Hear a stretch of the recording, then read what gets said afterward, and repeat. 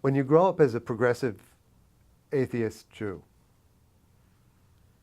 we see a lot of people, we know a lot of people who are progressive atheist Jews who don't have the incredible underpinnings that we have of a real culture, of the Yiddishkeit, of the labor poets, of Peretz, of Sholem Aleichem, all of whom were progressive. I mean, when you read that literature, there's no question about who these people were and about that they were looking to build a better world.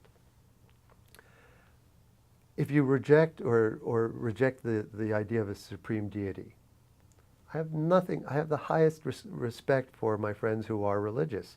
I just don't buy piece one, which is that there's a deity. That doesn't mean that my culture isn't important to me.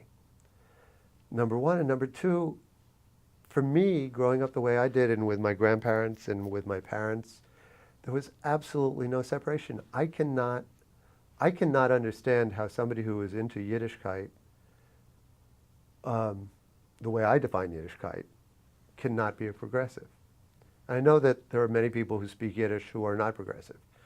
That's a different, people who speak Yiddish, to me, are not necessarily into Yiddishkeit. And that world of Yiddish, the world of the organizers, the world of the unions, the world of the civil rights movement. To me, can you be progressive without being Jewish? Of course. Can you be Jewish and not be progressive? Unfortunately, yes, when we look at the world today. Can I be a Jew without being progressive? No. Can I be a progressive without being a Jew? No. Whichever way you want to go. It's part of who I am, and the language is part of that because it's the raw material.